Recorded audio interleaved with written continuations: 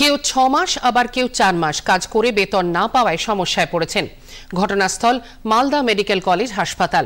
বেতন না পাওয়ায় শতাধিক অস্থায়ী কর্মী আজ মালদা মেডিকেল কলেজের ট্রমা কেয়ার ভবনের সামনে অবস্থান বিক্ষোভে বসেন।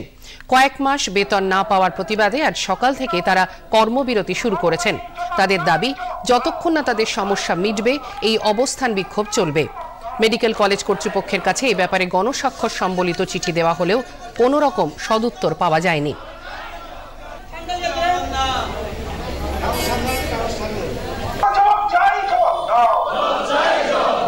আমাদের বেতন দিচ্ছে না, যে কোম্পানি আমাদের কোম্পানি আছে আমাদের বেতন দিচ্ছে না।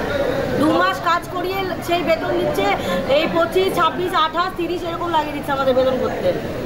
প্রত্যেক মাসে তাই হচ্ছে। কেন আমরা এরকম দেবো? আমরা কাজ করে যাবো, তার সত্ত্বেও আমাদের বেতন হবে না। বেতন যেটা দেওয়া উচিত 10 তারিখের মধ্যে, সেখানে বেতন দেওয়া হচ্ছে 2 মাস পর, 25 তারিখ, কোনো মাসে 25 তারিখ, কোনো মাসে 26 তারিখ এবং 30 তারিখও হয়ে যাচ্ছে। আমরা দ্রুত সুরাহা চাই এবং আমাদের এই দাবি মানতে হবে। আমার এবার কেটেছে 3400 টাকা। এই যে 2 মাস পরে আমরা কাজ করে যে টাকাটা পাচ্ছি, আমরা এভাবে কিভাবে চলবো? তার জন্য আমরা স্ট্রাইক করেছি যে বেতনের সমস্যা না গেলে আমরা কোনো কাজ করবো না, তার জন্য স্ট্রাইক করেছি। আমরা এমএসবিপি স্যারকে বলেছি, প্রিন্সিপাল স্যার, অথরিটি স্যারকে বলেছি, এবার আমাদের ফ্যাসিলিটি ম্যানেজারকে বলেছি।